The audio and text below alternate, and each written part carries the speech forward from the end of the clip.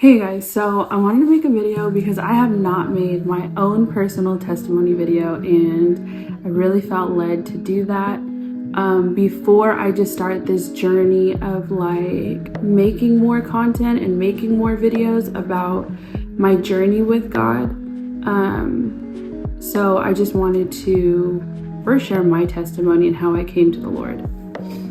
Okay, so I'm gonna try to like get everything in this video, but not like drag it out. So I wasn't raised in the church. I know we went to church when I was younger, but I wasn't raised in the church. I wasn't like I knew that I had to believe in God. I knew that, you know, I guess I just knew the minimum. Just like the basics, you know? So I knew like the basics. Like my relationship with my parents was kind of rough as I was growing up, just because like it was a blended home. And then, you know, I would go to my dad's house, I would go to my mom's house, and they didn't really like each other. So there was just like always weird like tension. I was kind of like always in the middle of all that stuff. And always wanting to please like the other parent, but yeah, so like my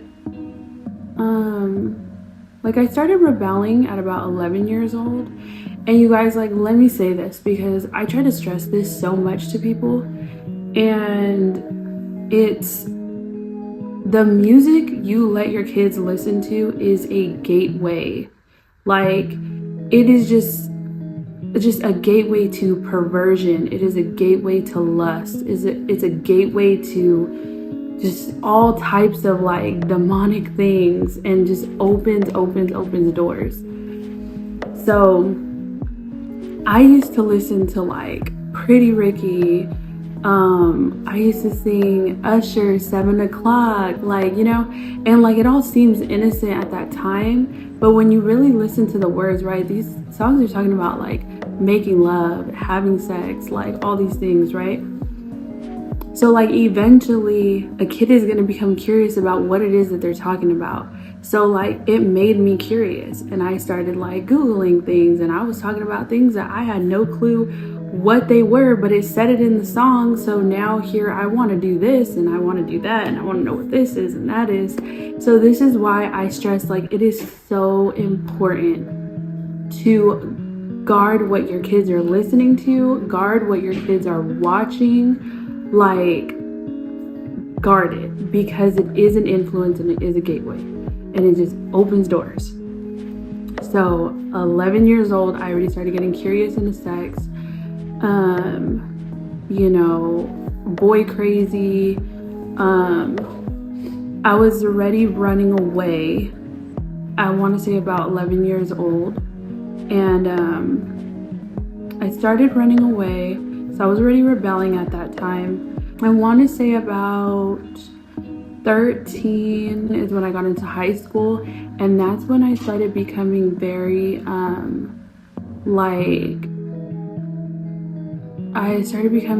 like attracted to like the gang life and hanging out with that crowd of people. And so that's what I did.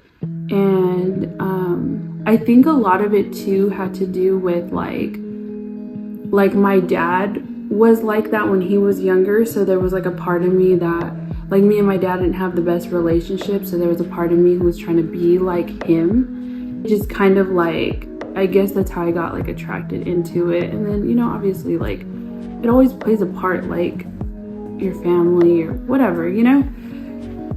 So I started getting into that, hanging out with that kind of crowd. And then and I was like really running away. I started to like get involved with drugs. I was constantly running away. And then because I was running away so much and I needed money, I started selling drugs. And then on top of that, homosexuality came into play as I was out running the streets. And I'm gonna tell you guys how that happened. I was like 13, 14, hanging out with people who were like in their 20s.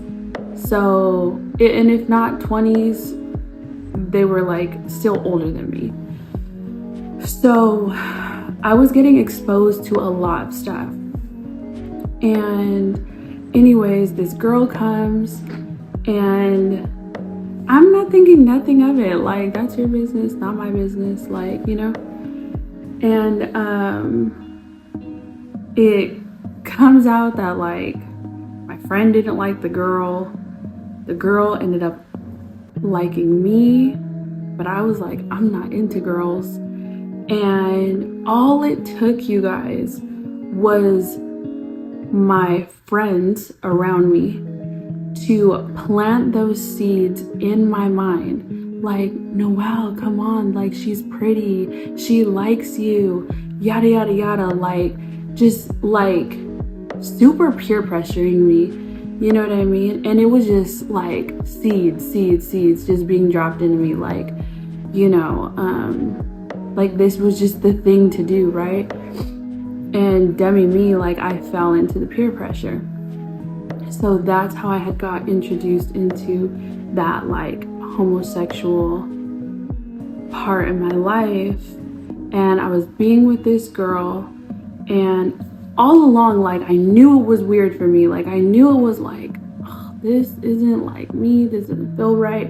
I knew it was wrong. Like, even though I didn't really have a relationship with God, it was weird because I still knew in my heart, like deep down, like, I know that I shouldn't be doing this, right? Like, so eventually, like, I just cut it off. I cut that off, went back to my old running the streets, rebelling. I was stealing like a lot, like from malls and stuff like that. And finally it caught up to me. And I just remember, like, I ended up going to juvenile hall. That was so boring. Like, people always made it sound like, oh, you're going to juvie, like, you're hard. No, it is so boring. Like, you literally just sit in like your cell most of the time. So that super sucked, right? And like, you're so bored. And I just remember, like, I had this little like orange Bible, and I was so bored. It was like the only thing to like really do. So I was like, you know what? I'm gonna start reading this Bible. I started reading it, and I was just reading it like constantly. And at first, I'm sure, like, I didn't know what it was talking about. I probably wasn't really that into it. And then it just became interesting to me. The more I read it. So I was just like reading it every day. And I started talking to God. And I remember when I got out of juvenile hall, I wasn't in there long, but when I got out of there, my whole attitude was different. Like, my whole attitude was different. I talked to God about everything. And I would say I was about 16, 15, maybe 15. I was about 15. And so I remember, like, I came home, my attitude was different. Like, my mom would tell me to do something, I would do it. I got a job at like a clothing store because I was trying to pay my mom back for the money that she owed to the juvenile hall. And then, but I would literally talk to God like every step of my day. Like, on the bus to go to work, I was talking to God. Like, literally, like, God was my best friend. Like, I was talking to him like he was just like walking. Well, I know he was walking with me, but you know what I mean? Like, and it was just like, so what are we gonna do today? Like, what should we do today? Like, I just remember, like, he was like my best friend. And I had never been so happy in my life. I had never felt so much peace, even though I was grounded as heck. I had never had so much peace, so much joy. It was just beautiful. And of course, here comes that dirty devil. I'm doing great on my walk with God. I get baptized. And here comes a boy. And that, like, I backtracked. I've definitely backslid. And I got caught up in that relationship, and, I was having sex outside of marriage, and then I got pregnant, and I was about 17 when I had my son. And when I say that relationship was toxic, it was so toxic. It was so verbally abusive. At points, it was physically abusive. And I think back to all those moments that I had when I was on drugs, not like on drugs like that, but like when I was doing drugs and I was getting drunk and high and all these things. And I think of all these situations I was in that God had his hand on me. Like, you're 13, 14 years old girl running away from home with these grown people. There was a point where I almost got raped. There was a point where, there was probably so many opportunities, that I could have been hurt or killed. And God had his hand on me. And, even in this relationship, right? Like, I had backslid. I had, not intentionally walked away from God. Like, oh God, I don't want anything to do with you. It was just, I got so distracted in this relationship that it just went over my head. And it was up until this moment. And, it sucks when you have to go through those hard moments. But I believe that God allows them, because sometimes, we got to open our eyes, and it was not until this moment that this person, literally tried to suffocate me in front of my child. I'm talking hands over my mouth, over my nose. I couldn't breathe. All I could think was I'm going to die right now. I'm going to die right now in front of my son. And I remember at that moment, I was when I finally, when he let me go, and I ran. I grabbed my son and I ran. I ran to my car and I took off. And I remember crying, that cry where you can't even catch your breath. I was so scared and I was crying so bad. And I was I can never go back to this, ever, ever, ever, ever again. And so I finally left that, and it was done, and thank God it was done. And even it continued. I was still not there with God. Of course I wasn't in that relationship, but then it moved on to something else where I just started kind of partying a little bit, or, drinking. And then there was a point where it was I was looking for validation from men. And then I was looking for confidence through being with men, or, whether I was having sex or whatever. Let me tell you something. Those things will not bring you confidence. They don't bring you validation. They don't bring you identity. They don't bring you none of that. If anything, it strips you of it.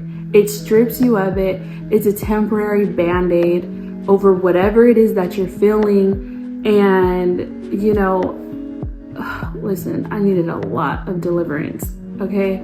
So I was still messing around with stuff. And then I just remember I was doing really good with my business, doing hair. I remember I kind of I want to say I was always angry. Yeah, I was always angry. And then, I'm sorry I'm not looking at the camera. For some reason, it's just way easier for me to look elsewhere. But I just remember I was very angry, and I was done with it. I was tired of it. I was tired of feeling that way.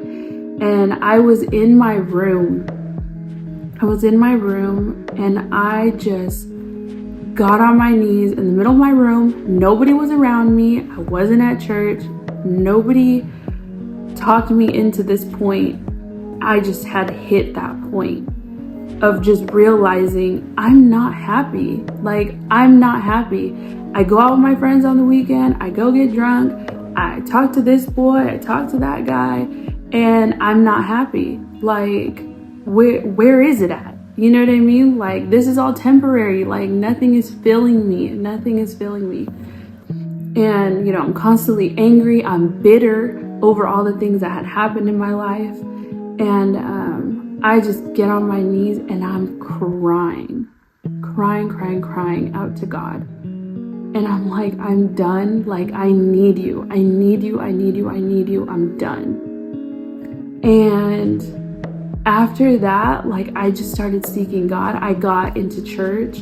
I got a counselor who was amazing, and she helped me walk through like a lot of just like the traumas and stuff.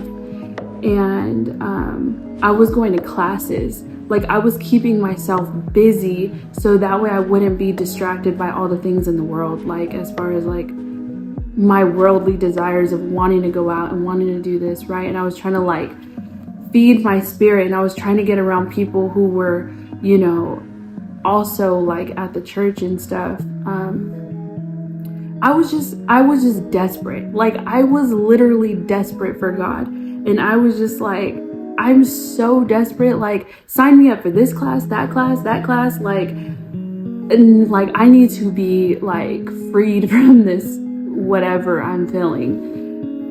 And so I just was getting into God's word. I was, you know, praying more. I was just pretty much like dying to like myself and dying to, you know, like, I was just growing, you know, I was growing, and I was happy and I was content and I had joy again, and I was getting my peace back. And I think the biggest thing to me was my contentment with being alone. Like, I was single, I was content being single. Like, I was good with my life. Like, I'm good. I'm like, I don't need a man. I don't need to go out and party. Like, I'm good. And that is like just a beautiful thing. Like, if you're the type of person who's like feels like you always have to have somebody there or whatever, when you finally let Jesus in and become that for you, let me tell you, nothing can stop you. Nothing can, like, you're just like unbothered. And that was like a great feeling for me. So yeah, so I had to go through like quite a lot, and I backslid, you know what I mean? But God fought for me all that time. Like, he knew I would get to that point, you know, and he still loved me. Because like I said, there was a lot of situations where I should have been very harmed, and I wasn't. And I just, like, sometimes I reflect on those moments and I'm like, dang God, like, thank you, you had me, you know. And now, you know, it's just like a journey. Like, you learn as you're going. Like, it's not a, let me clean up and I'm gonna go to church and then I'm gonna give my life to God. No, like, he literally takes you as you are. The hot mess that I was takes me, us, as we are, and he helps us and we grow.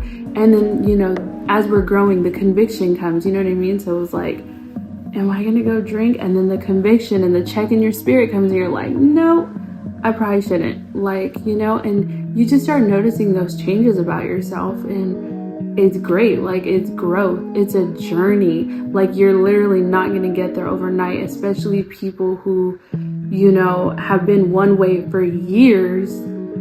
Like, some people might have like a radical change, and some people it takes a little bit longer. For me, it took me a little bit longer. and it's still a journey. And I just wanted to share that testimony because I was rebellious, I was stubborn, I was bad. And if Jesus could save me from all of that,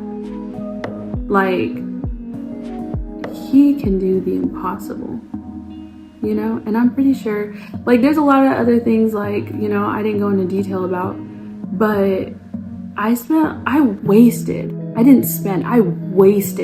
a lot of my years just messing around with stupid stuff in the world that never filled me. It took me years to find out that none of that crap filled me at all. And it took me a long time to realize the devil is not playing just to play. He's playing for keeps, he's playing to take you out, he's playing to kill you. It's just not, I just praise God that I am where I am today. And I felt like I needed to share it because sometimes I feel like people know this side of me, but they don't know that there was a past side of me that brought me to this point.